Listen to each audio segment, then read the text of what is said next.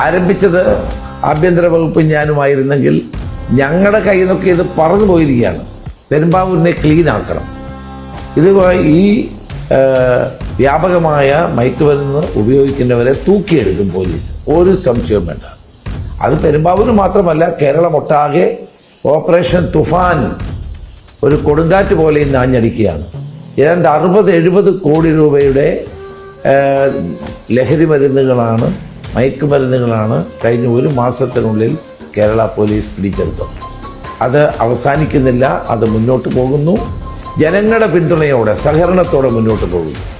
ഞങ്ങളിത് ആരംഭിച്ചെങ്കിൽ ഇപ്പം എൻ്റെ കയ്യിൽ നിന്നൊക്കെ ഇത് പോയി, ജനങ്ങൾ ഏറ്റെടുത്തിരിക്കുകയാണ്. ജനങ്ങളാണ് ഇപ്പോൾ ഇതിൻ്റെ വാരിയേഴ്സായിട്ട് മുൻപിൽ നിന്ന് പ്രവർത്തിക്കുന്നത്. ആരംഭിച്ചത് ആഭ്യന്തര വകുപ്പ് ഞാനുമായിരുന്നെങ്കിൽ ഞങ്ങളുടെ കയ്യിൽ നിന്നൊക്കെ ഇത് പറന്നു പോയിരിക്കുകയാണ്.